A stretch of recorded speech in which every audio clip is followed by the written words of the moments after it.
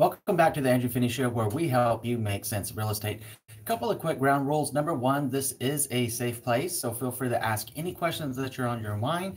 And that brings us to point number two. There are no stupid questions. If you're thinking it, please ask it.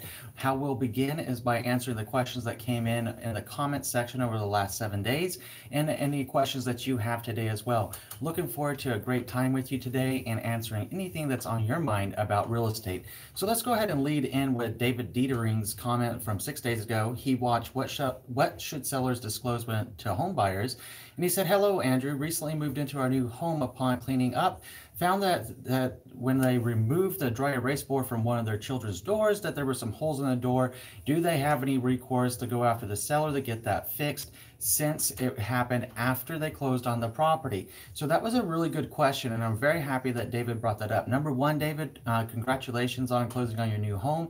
Number two is, I had commented back to you that it's a little bit of an interesting situation because you have already closed on that property. It would be a little bit difficult to get the seller to make any repairs since it's beyond the closing time frame. Unfortunately, it's probably going to be one of those things that a lesson learned and move forward with that. At the same time, you could always contact your real estate advisor that assisted you and just see if the seller's perhaps willing to do the right thing. The right thing there definitely would be getting that door fixed for you. So David Deitering, thank you for watching that video. Congratulations on your new home, and thank you so much for reaching out with such a great question.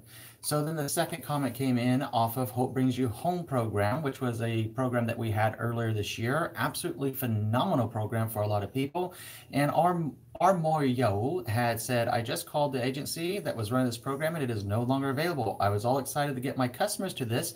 I was too late." Great information anyways. So R Moyao, yeah, you're absolutely right. It is a little too late. That program was in and out of its session within like 59 to 60 days. It was extremely popular, and it's a one-off program. But don't let that discourage you from sharing with your clients the realities of other down payment assistance or home as possible programs. A lot of those programs can be extremely helpful to first-time home buyers or even anybody looking at buying a home that might not just have enough money saved up for the down payment. So it's a really good programs that are out there. There's a lot of them out there that go especially to like nurses. There's even Home for Heroes programs that are tailored towards the military, police officers, first responders, firefighters. There's a lot of different loan programs out there that can be extremely beneficial to help people. Please feel free to get in touch with me. I'll put you in touch with Bill Marion or Stacy Sandlin, Josh Coomer, the 3 loan officers that I work with here locally, and they can share more information if you're looking for local loan officer programs. If you're watching this right now and you're not in Las Vegas, feel free to reach out to your trusted real estate advisor to get linked up with a great loan officer and learn about what your options are for down payment assistance in home as possible. There are a lot of programs out there that could help you be able to buy a home. So then we go into Fleeting Days. Fleeting Days commented on last week's Making Sense of Real Estate with Andrew Finney, and I wanted to tell them thank you because they let me know they're new subscribers and absolutely love this YouTube channel, and they wished me a happy Veterans Day. It was very, very kind and very, very thoughtful for you to wish me a happy Veterans Day. Thank you so much for that, by the way, and we're super happy to have you as part of our team. So feel free to hit us up anytime in the live session and make any comments or questions that you guys have about real estate. We're here to help. Thank you so much for subscribing. Then we have, it was an MZK, so maybe Ms. I have no idea. I can't get this one right. So MZK123 iffy, I suppose, is what we're going with here. Had watched a video about 10 ways to deal with your HOA. And clearly they don't like HOAs very much because they said they are not here to help. They are the enemy. At least that's how they act. So he or she went on to say that HOAs are the enemy. Approval for painting your red door red and white trim white. That's not a change, that's upkeep. And she's running, or he or she is running for the board to end the contract with their management company. So that's really interesting. So here's the deal. And this is what I shared with them. I really appreciate. Hey, Matt, thank you for being here as always. What's up? Hope you're enjoying a great day, my friend. I know you're probably at work, right? So appreciate you tuning in, Matt. Always appreciate you. So With the situation with the HOAs, here's the deal. If you're looking at homes and you get ready to buy one and HOAs aren't your thing, you probably shouldn't be looking at HOA communities. Just keeping it real, it's the simplest way to avoid any hard feelings or anything moving forward. So make sure that if you're maybe like an HOA is not your thing, don't move into them. And here in Las Vegas, Nevada, when you do buy in an HOA, you have 5 days right of rescission to review the CC&Rs and make sure that you're going to abide by those terms and rules. When you buy into an HOA, you are agreeing to abide by the rules. So if it's not for you, it's okay. Just don't look at HOA communities. It's the simplest way to avoid any confusion. Trying to stop an HOA, to try to negate the HOA, as in that case, it's one thing to end a contract with a management company. That can happen at any time based upon board votes. Now, that being said, when you're talking about maybe trying to take a community from an HOA community and make it a non-HOA community, that's an entirely different ball of wax, because now you have a lot of residents that have purchased in the HOA community because that's what they wanted, and now it's going to take a substantial amount of votes. Every state law may be a little bit different, and in many cases you might need upwards of 80% of all the residents to agree to that to try to disavow the HOA program. Keep in mind, the truest and purest intention of an HOA is simply to help you preserve your property value, and abiding by rules, that's part of the process to make sure that your neighbors can't paint their house pink or green or purple or something, to make sure that there's continuity in the neighborhood. That's what it's about. So if you don't like the HOA, simplest thing is not to get it. Poonam Singh, thank you so much for being here today. You said, hi there, I hope that you are well. I wanted to ask for a couple that's not married. How should you fund it, together or on your own? And then how do you do furniture? Okay, so Poonam, thank you for being here. I know that you're in South Africa, so that it works a little bit different with your situation. All the same, always love hearing from you, Poonam. So when you're asking about how to get a home loan with couples that aren't married, I did a video about this that was called Pros and Cons of Joint Mortgages for First-Time Home Buyers. You might want to take a look at it. Again, being that we're talking about things in that way that real estate happens in the United States compared to South Africa, we're looking at a little bit of a difference here. I'm really not familiar with how this might mean, how this might work out in South Africa, but here locally, and at least ways locally being all of the United States, right? You do have an option for non-married couples to go onto a mortgage together. It's called a joint mortgage. So that would be an opportunity. And how should you fund it? That would be funded by obviously the money that you guys have saved for the down payment amount, your buyer closing costs as it may pertain to you in South Africa, and how it works out with the loan officer there. Best course of action, Poonam, would probably be chatting with a loan officer in South Africa where you're looking to purchase. Ask them those questions and how that would work over there. And then if you'd be so kind as just to let us know in maybe one of the live sessions, hit me up in a direct email or something of how that works, so anyone else watching us in South Africa, we can get them the same information to help them out as well. Now, how do you do it with furniture? Okay, so when you're buying furnishings, now this is a relationship question, and this is something that you need to talk over with your significant other and figure out what works best for you. You know, are you guys going to buy it together? If so, if there was a split up or something like that, what's going to happen with the furniture? Who takes what? Who's going to pay for what? I mean, just be realistic there. Or, you know, maybe one of us like, hey, you know, we broke up, I don't want any of the furniture, you keep it. There's a lot of different options there. Now, that's going to come down to just having a heart-to-heart conversation with your significant other to make sure that you guys are in agreement of what happens in the case of a breakup. And hopefully that doesn't happen for you, Poonam. I'd like to see wonderful things happen for you. You've been a really cool lady that's hit me up several times on the chat. And yes, you're absolutely... well, you're very welcome, Poonam, for me remembering you. Of course, I remember you. You're in South Africa. It's easy to remember. And like Matt Nelson, you know, when I see the names over and over again in the comment section and in the live sessions, it really begins to feel like we're just a big group of friends. And it really, that's what this channel is about, is inspiring a community together, building a team together, promoting the channel to everybody that we know so we can help people make well-informed decisions about real estate. So Poonam, of course, you know, I feel very connected to you and Matt and everybody else that comments in the comment section and hits me up. Absolutely love seeing the subscribers increase on the channel and thinking to myself, you know, what can I do? What can I create to inspire them and also help educate them about real estate? So I'm always very, very thankful for you and very thankful that you're part of our team and part of our community. Oh, thank you very much for all your advice. You're very welcome, Poonam. Thank you so much for being here. So then we move on to Rawan Yacoub that had watched 8 Things Not to Say When Buying a House. And Rawan has said, I have a question, please. Do you think we should get a buyer agent, or is it good enough to surf on Redfin or Zillow and just contact the listing agent for the house? Thanks. So that was a really good question. And I suggested that Rawan review the video about picking a real estate agent that's right for you. And there are significant differences in between buyer agents and listing agents, especially when it comes into your representation. First of all, the easiest thing to do is always make sure that you have your own buyer agent representing you, whether you're buying a new construction or buying a resale property, because that buyer agent is going to be beholden to your best interest. And if they're beholden to your best interest, they're going to be shooting straight with you. Obviously, hopefully all real estate agents, all trust real estate agents, no matter whether they have dual representation, as that's called, by the way, Rawan, are going to be completely up and up with you about the whole situation. But the best way just to safeguard yourself is to make sure that you have your own buyer agent. A listing agent's principal client in that situation is the seller. You would come on as a secondary principal, or essentially like a customer of the transaction. And dual agency isn't allowed in all states. It's allowed like here in Las Vegas, Nevada, but it's not allowed. It's actually illegal in some states. And the reason being is if a listing agent is supposed to uphold the best interest of the seller and a buyer agent is supposed to uphold the best interest of a buyer, if you have an agent performing both of those, where they're representing the seller and representing the buyer, how are they going to uphold both people's best interest? It becomes a little bit of a conflict of interest in a different way.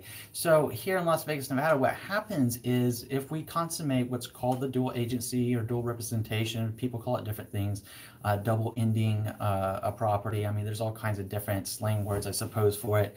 So what happens is there's a form that's called a consent to act that both the buyer and the seller have to sign to agree to it. And what it is it's a disclosure that the listing agent is actually representing the seller's best interest. And they're also letting you know there might be a conflict of interest in representing your best interest because they can't share personal information. Take in a case of this. If a listing agent is working with the seller, and let's say the house is listed for $500,000, but the seller has shared with the listing agent that they'll take $475,000 for that house, right? And now what happens if they are put into a position where the buyer is saying, what's the lowest amount of money that the seller is willing to take for this house? They can't answer that question of $475,000, whereas if they'd had their own independent buyer agent and the buyer agent had asked that question of the listing agent and maybe the listing agent divulged that information, then that buyer agent would go back to the buyer and say, hey, I had a great conversation with the listing agent. The listing agent said the seller is willing to take $475,000. So what happens then if the buyer says, hey, I want to offer $475,000 on this property, but I realistically can go up to $500,000. What should I do? Well, then again, that listing agent, the person that has dual representation of both parties, couldn't go back to the seller and say, hey, by the way, looks like we can put this together at $500. The buyer just told me they'll pay $500. Well, how are you representing either client's best interest at that point when you have a seller that's willing to take less and a buyer that's willing to pay more? That's the conflict of interest part, and that's how that would play out in that example, right? It's a little bit of a simplified way of explaining it. All the same, the easiest thing to do is to always make sure that you're Googling the agent. You want to check their ratings, their reviews, and check their past sales performance. So in that video about picking a real estate agent and finding the right one for you, that's going to be your best source of information. If you're here, obviously in Las Vegas, hit me up. We can have a conversation. If you're not and you want help finding a top agent near you, it's very simple to do. Just send me an email. My email's in the show more description below. I put it at the top of the show more description below now, that if you are looking for a top agent near you, just hit me up and we can make some things happen and get up to 3 top agents in your area to reach out to you to ensure a good fit and make sure that everything works out for you, okay? Then we have Keith Shep that had watched VA Loan Processor step-by-step guide start to finish. And Keith says, great video. Thanks, gentlemen. Keith, thank you so much for watching that video. I'm glad that you took a lot out of that video. That was, or for reference, anybody that's watching this live or after the live session, hey, that is a very intense video about VA loans. Bill Marion is actually a former Army veteran. He's obviously one of the great local loan officers I work with here in Las Vegas, Nevada. I'm a Marine Corps veteran. So with that video, we power stacked that video, meaning that that video is actually 43 minutes long. It was one of my longest videos. It is the longest recorded video I've ever made. The only thing that has ever gone longer in video recording for me or live sessions. And that's based upon our wonderful engagement that we generally have with a lot of wonderful questions coming in the comments, and also working our way through the comments that came in over the last 7 days. But if you want to know what a VA loan is and you want to know the ins and outs, then watching that VA loan process, your step-by-step guide, is going to be your best friend.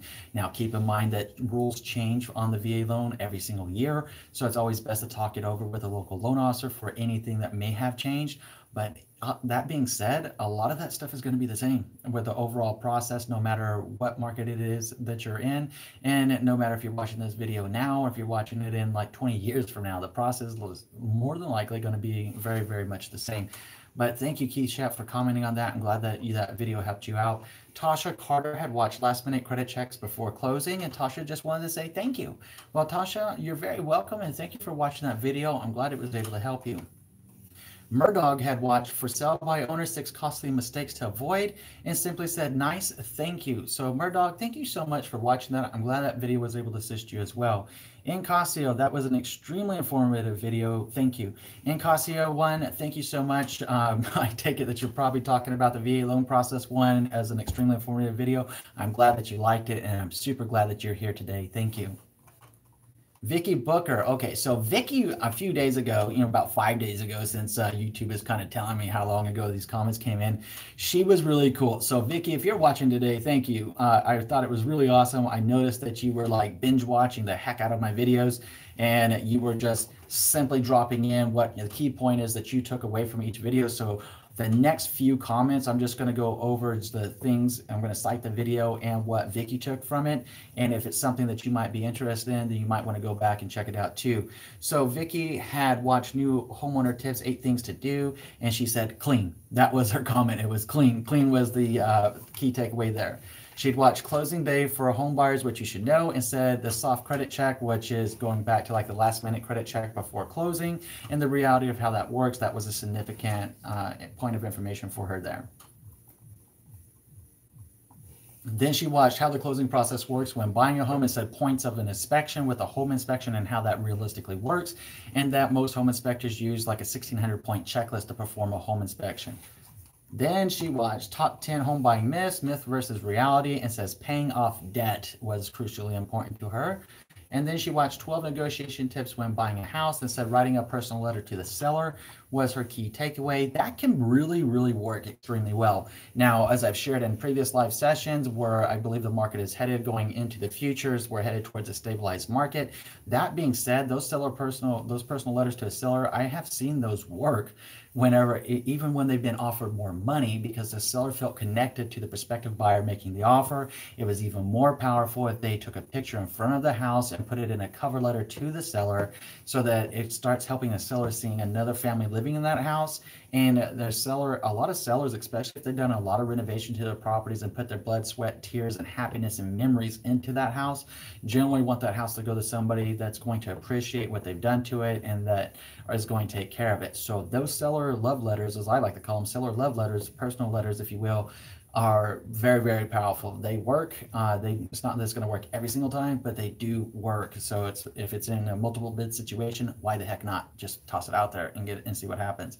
In the Woods, been using your vids as we are buying our first home. Thanks for all your info.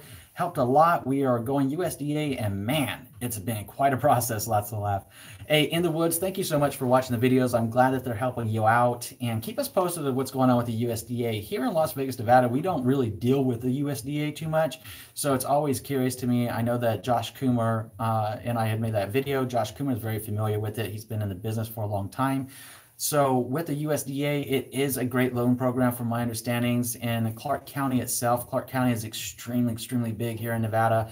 Obviously, Nevada itself is best known for Las Vegas and Nevada, but there are areas of Nevada that qualify for the USDA, and even some areas that are just on the outskirts of the city. But Las Vegas, North Las Vegas, Henderson proper, they don't qualify for USDA according to the USDA eligibility map. Either way, keep us posted. Let us know how it's going. I know that there was a gentleman in Hawaii that had reached out to me earlier this year, put him in touch with a trusted real estate advisor in Hawaii. He's already closed on his condominium over there. But I know that in Hawaii, he was able to do a USDA loan. I found that pretty intriguing too.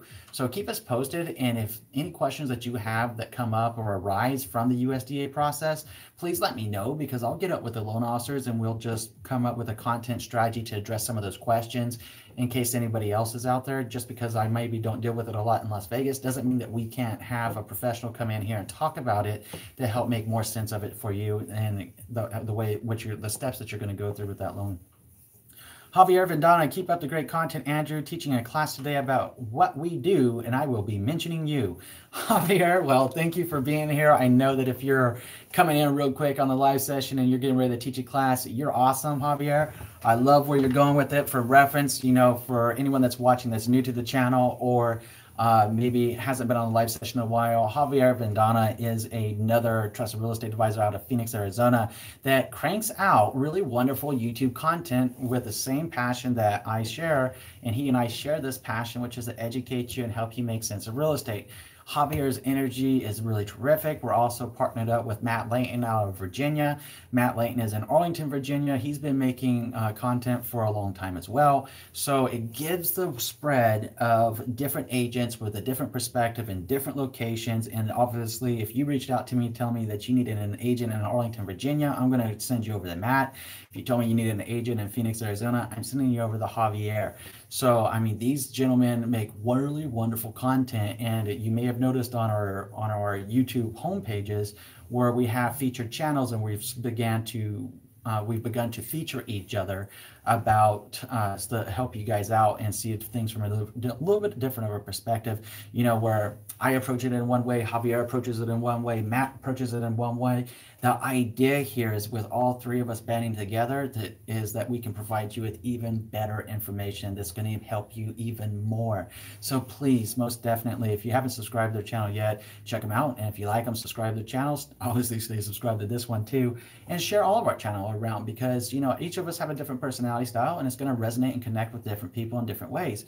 So it's what it's all about. So I'm really happy to be partnered up with Javier and Matt, and the things that we're working on to do some collab videos into the future about the differences of real estate and the things that we see and the things that we can share with you to help you continue to learn and grow in your real estate process, whether you're buying or selling.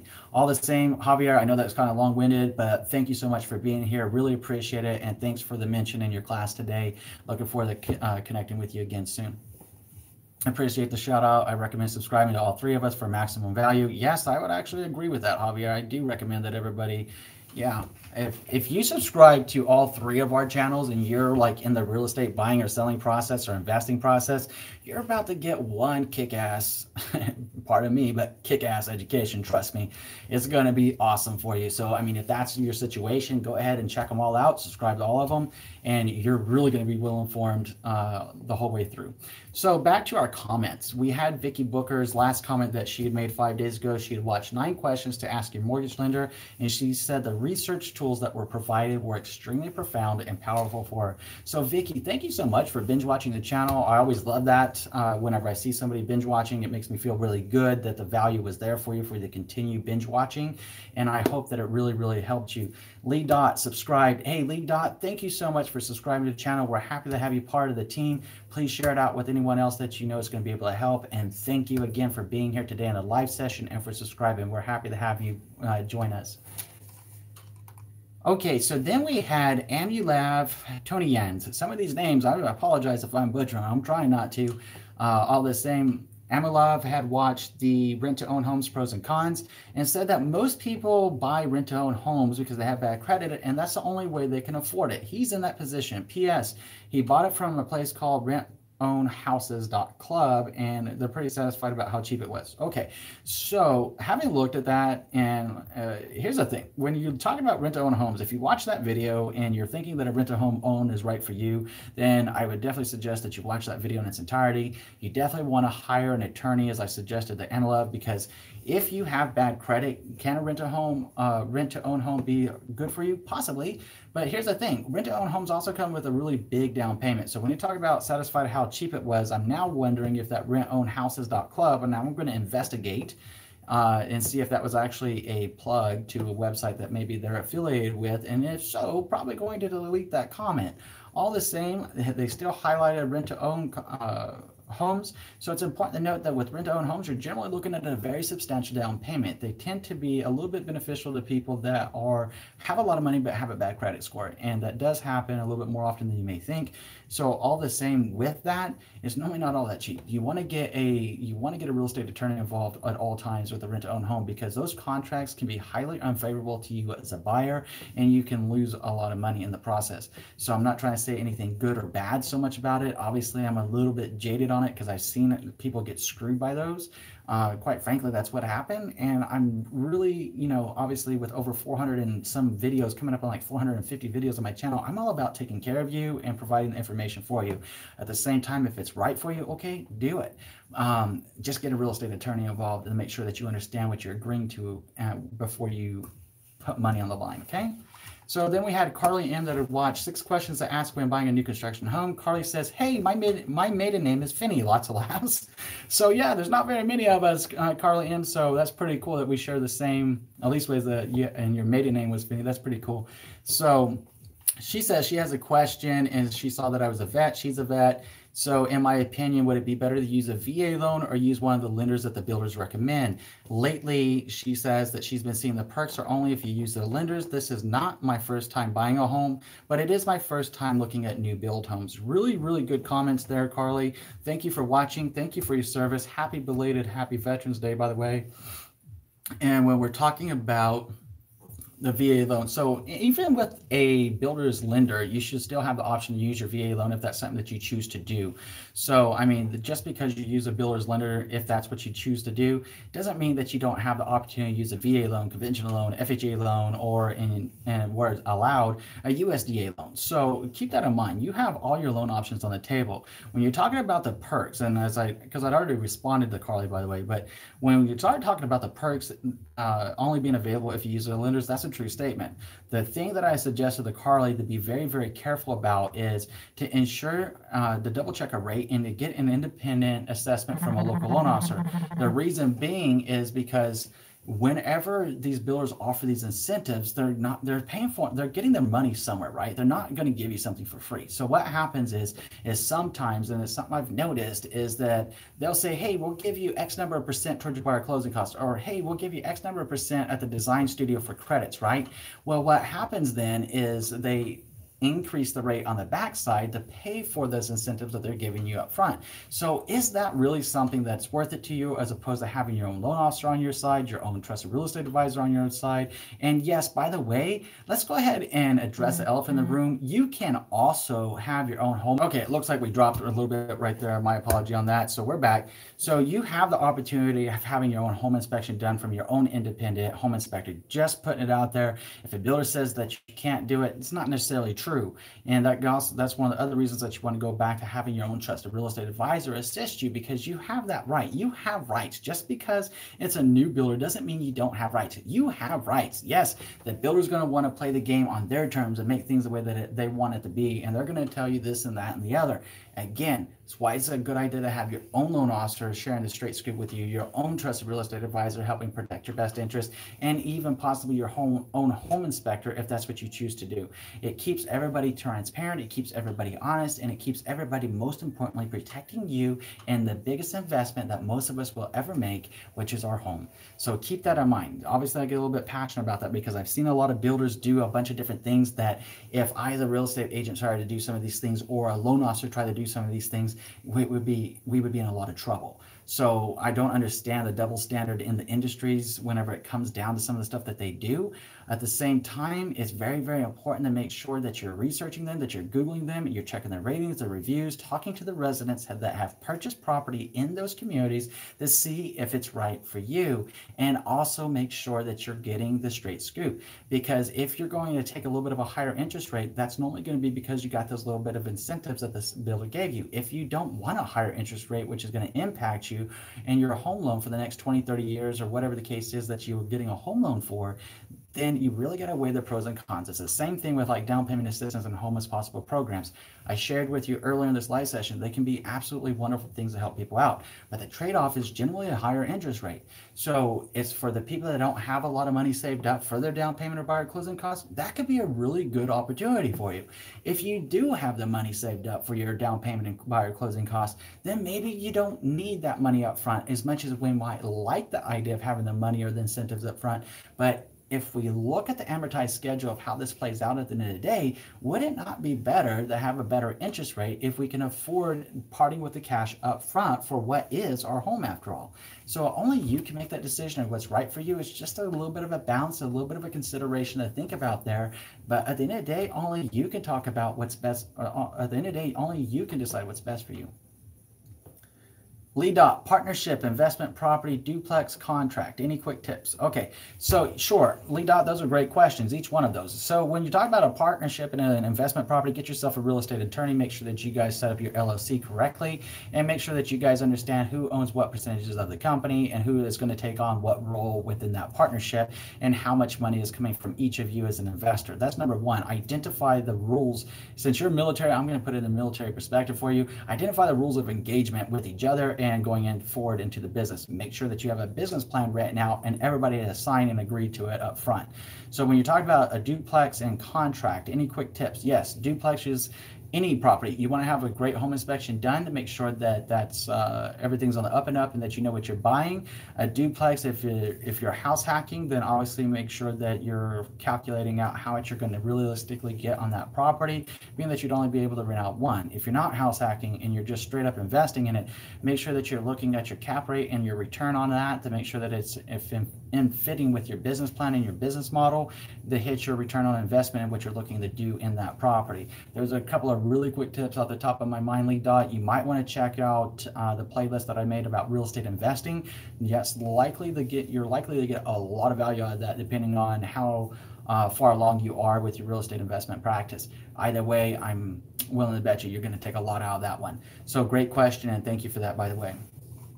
Then we had Miss Perfectly Imperfect had watched Closing Costs for Buyers, What You Should Know, and Miss Perfectly Imperfect says, this video is the most helpful I've found on closing costs. Your videos are comprehensive and easy to understand, so I've been watching. Haha, thank you so much. So I already like your personality, Miss Perfectly Imperfect. That's a really fun name to begin with, but I'm glad that you've been watching them and that you find the videos comprehensive and easy to understand. Yes, I pack a lot of meat into the videos, and I try to simplify what is oftentimes considered complex in an easy way to understand. So I really appreciate you picking up on that, and I'm super happy that they're helping you out. Then Miss Perfectly Imperfect commented on 9 things every homeowner needs, and she said emergency preparedness kit, ladders, and a fire extinguisher are the most helpful items she didn't think of. Thanks again. Miss Perfectly Imperfect, you're very welcome. Yes, everybody, for reference, watching this live and watching this after the live session, whenever you watch it, right? Always have an emergency preparedness kit ready to go. You need to have an emergency preparedness kit. Even here in Las Vegas, Nevada, look, are we like getting tornadoes? Are we getting hurricanes? Are we getting all this crazy stuff that some of these things happen in other states? Earthquakes, wildfires, and everything else? Really, not so much. But we should still have an emergency preparedness kit in the case that something does happen. In the case that we're traveling, keeping one in the vehicle, just in case something happens. It's better to have something and not need it than to need it and not have it. An emergency preparedness kit is extremely important to have, along with a plan of what you're going to do and rally points, and for a family, if you have a family, or rally points with other friends or whatever, in case something happens. Then again, take the issue like in Thousand Oaks where you have that shooting, unfortunately, and it killed all those people.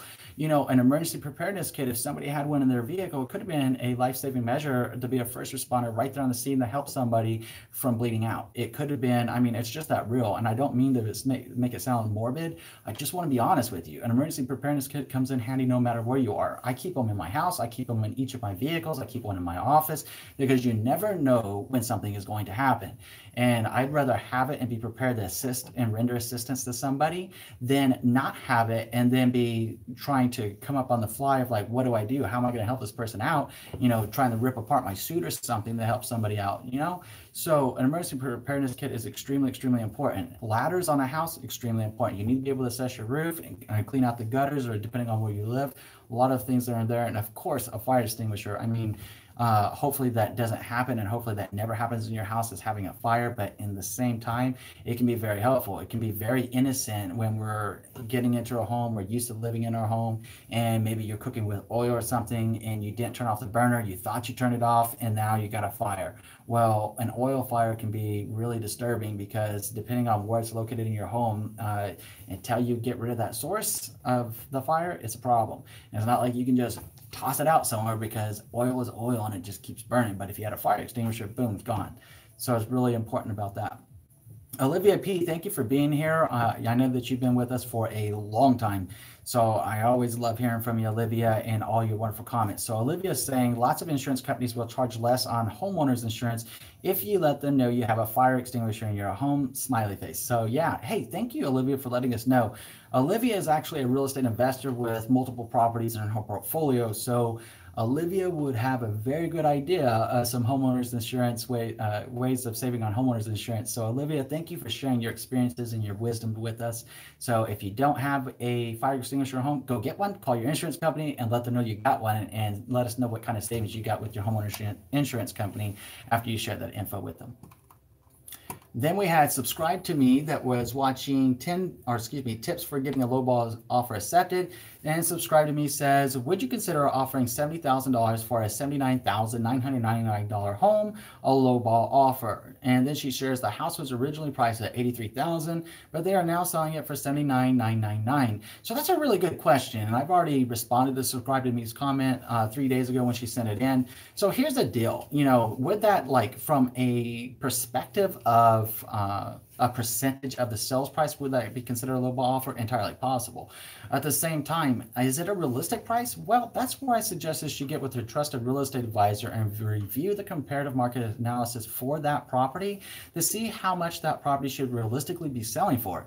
If the realistic property price on that house is $70,000, then go for it. But if the realistic property value on that house might be $75,000, or maybe it is $80,000, then you need to be prepared to pay what the realistic price is on that property. That said, talk over your offer strategy with your trusted real estate advisor after performing the comparative market analysis. And also, you'll want to know if they have any offers on the table. If they don't have any offers on the table, then you might have a few cards that you can negotiate with. If they do have offers on the table, maybe you've lost some of your negotiation edge because the other buyer is going to want to buy it. You want to buy it. Now, most important to do when you're in this situation is to take a step back, take a breath, and reassess why you're buying a property to begin with. It's really important to get in touch with your reasons why.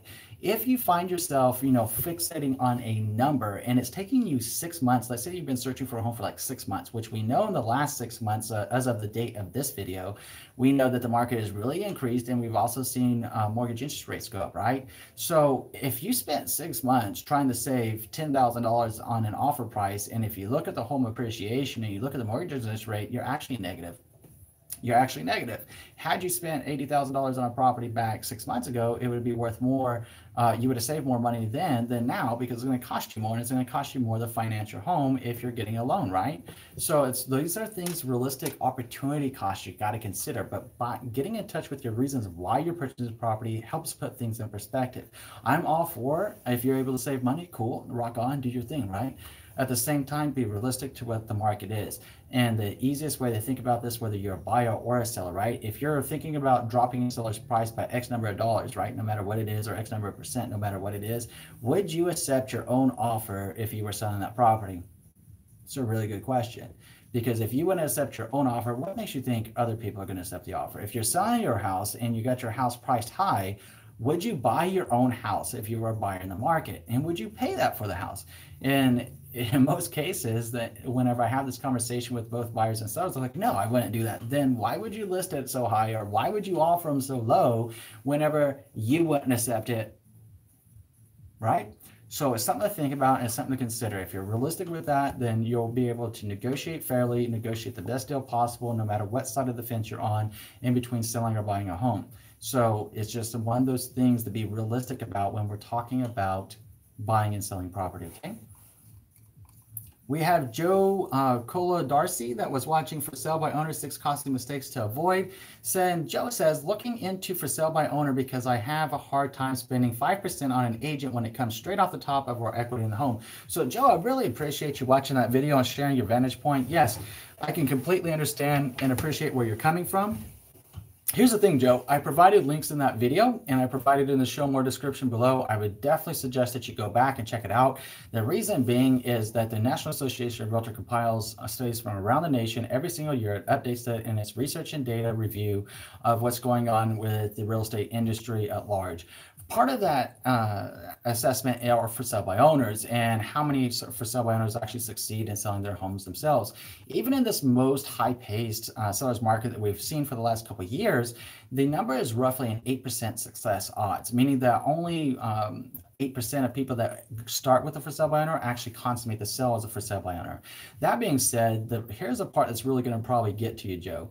Just being honest with you here, with the ones that did sell, with those 8% of for sale by owners that did sell their homes on their own, on average, they sold for like $185,000 as opposed to an average sales price of $240,000 had they listed with an agent. And yes, Joe, those are comparative properties. The comparative properties like 3 beds, 2 baths, 1,500 square feet, or whatever the case is, single story, the single story, 2-story, the 2-story. When the National Association of Realtors computes those numbers, they take everything in like and kind and perform a comparative market analysis on that. Now, if you're looking that you could have got $240,000 for the same property had you listed with an agent, and 5%, look, commissions are negotiable. I've seen commissions anywhere between 5 and actually 10%, depending on the property and the negotiation.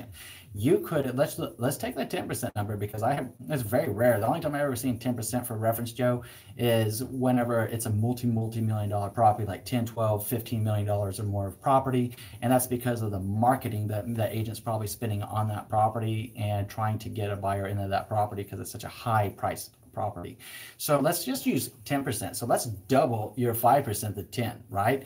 So 10% of 240,000 is what? It's $24,000. So if we subtract 24,000 from 240, what's that leave us with? Leaves us with 216,000. Right off the top, that $216,000, is that more or is that less than the average home of a for sale by owner selling for $185,000 for the same property? Well, obviously it's more, right? So it's something to be realistic about. There is a reason why we as agents are here. We're here to help you get the best price possible for your property. And it's definitely something to consider and it's something to think about. So be realistic with yourself and be realistic with the statistics that are out there of how this works. Another thing to consider is how familiar are you with the real estate process and negotiating? You need to think about that because you're going to be the one that's on the hook for doing all of the paperwork and everything else unless you hire an attorney or something like that, right? So you're going to have to be real with yourself. You're going to have a lot of things to do from marketing your property and getting people in. And then you're going to get a buyer agent. And let's say that you come up against a savvy buyer agent and you've overpriced your home. That buyer agent's going to know. And even if you haven't overpriced your home because you have no representation of your own best interest, a savvy buyer agent is going to look for every single way to drop your price in favor of their client that they do have to uphold their best interest by getting them the best deal possible. So when you start competing with people that actually do this all the time for a living, it's a little bit different than doing it on your own. It's just something to think about, something to consider. Maybe it's right for you, maybe it's not right for you. But at the end of the day, make sure that you're making a well-informed decision and don't get stuck on the commission, because what I have learned in helping over 125 and counting families over the last 5 years buy and sell real estate is normally when a seller or anybody gets fixated on a commission amount is because the value has not been demonstrated from the agent that they want to or that they were interviewing, right? So it also has indicative if the person that's looking up for sale by owner did not do their research on the agents and Google them with their ratings and reviews and listen to what the marketing plan of action is and listen to what the current market trends and conditions are and how it works going forward. I normally have never had anybody, knock on wood, right? But just being completely honest with you, since I've been up and going as a top agent here in Las Vegas, Nevada, commission rarely comes up in a conversation. period. It is a very rare thing to come up because I talk about and I address what's most important to the seller. I outline the game plan moving forward, make sure that we're putting the ducks in a row so they're ready to go and moving forward of what's most important to them. And then we get to work on getting that done. It's very rare for people to ask me about commission. Now, obviously, I'm going to disclose what the commissions are and I'm going to have that conversation with them. At the same time, it's more of an afterthought because they've seen the value that I've provided during that consultation of what we're going to do and the steps that we're going to take to sell their home. It's something to think about. It's something to consider, Joe. Either way, I wish you success in whatever way that you choose to move forward. So thank you for watching that video and thank you for sharing your thoughts with us.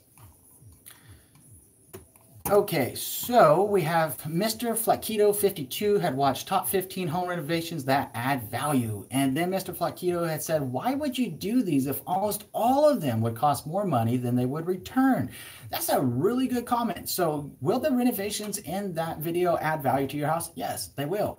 But are you going to get full dollar for dollar value out of them? Not all of them. That's why I made the video. Those are not my statistics. Those are actually the statistics that I had reviewed, the HGTV statistics for the nation, and what they were reporting back as average investments to return based upon what they share with all the experience that HGTV has from all their flipping programs and everything else. That's why I put it out there.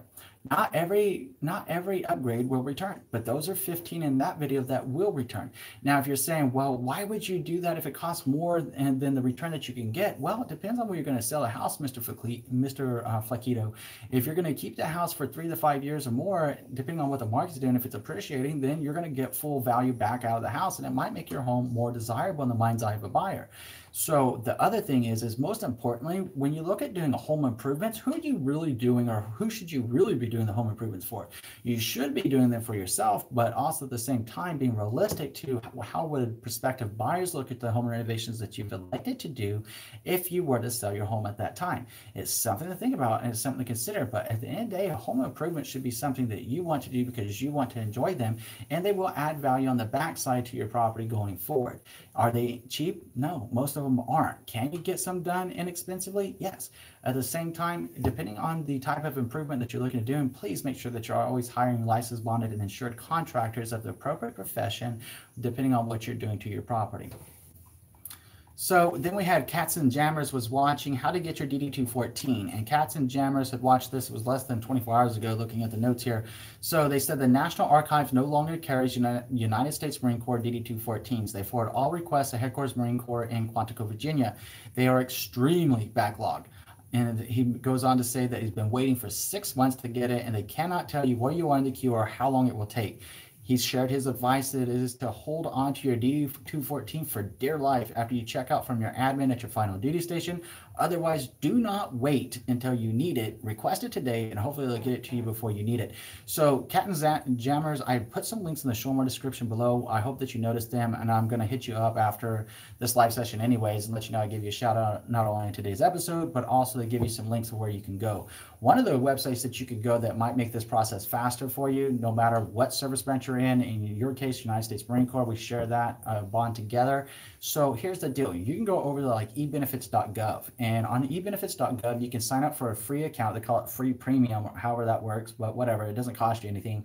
You can sign up for an account over there and request your DD-214 information directly from that website, and it's probably going to be a lot quicker than trying to sift through and work with Quantico at Headquarters Marine Corps to get your information. The last thing is you're absolutely right. No matter when you get ready to, in the military, for those of you that are in the military, you're coming up on what's called an EAS, end of your active service, right? You want to have a copy. You need everything that you keep with your DD-214 and your last package leaving active service. You want to make digital copies of everything, and you want to keep them backed up in the cloud or keep them, somewhere safe. Keep them in a safe. I don't care where you keep them, keep them. Now, the first thing that I did, of course, would be digitize everything. I tend to digitize everything because it's hard to lose if you have it backed up somewhere in a secure server, a secure file. Maybe you keep it on a thumb drive, whatever the case is that's most most comfortable to you. The point is that you have the hard copy, you know where it is at all times, and just in case you got your thumb drive, or you got it in the cloud, you got it in an email that you sent to yourself or something like that, Google Drive, Dropbox, whatever the case may be. There's so many of them. OneNote, Evernote. I mean, there's so many places that you could keep this information so you don't lose it. So you're absolutely correct. You don't want to lose that. At the same time, if you're looking at purchasing a home, talk to your local loan officer that you're working with, because they will more than likely be able to get your DD-214 even quicker for you. Just being real, just throwing it out there. Either way, really appreciate you checking out that video and really appreciate you sharing with us. Okay, team, we've been going at it for almost 50 minutes right now. Certainly appreciate everybody that's been here today. It's been a pleasure. This is like one of the things that I just love doing for the channel, is engaging with you and answering comments in real time. So really appreciate you being here. Please share it around with anyone that you believe that it'll be able to help. And looking forward to coming back next week. Just as a heads up, I am working through the Adobe Premiere and After Effects and stuff tutelage right now, that I've been taking some courses off of LinkedIn Learning, which is formerly known as lynda.com. I have completed a lot of the courses, and I am trying to get back into releasing the recorded content on a consistent basis again at 6 days a week for the rest of this year. So you will likely be seeing the new equipment and new formatting changes coming up soon in the next 1 to 2 weeks as they come out. As soon as I'm ready and as soon as everything works out, I'm going to begin releasing it right away. Just to give you a heads up what's going on with our recorded content right now. If you have any ideas, any suggestions, or anything that you want to see, hit me up, let me know, and I'm happy to get to work for you making those videos. In between now and next time, I'm wishing you and yours a lifetime full of love, wealth, abundance, and happiness. Thank you for joining us today, and enjoy an amazing day.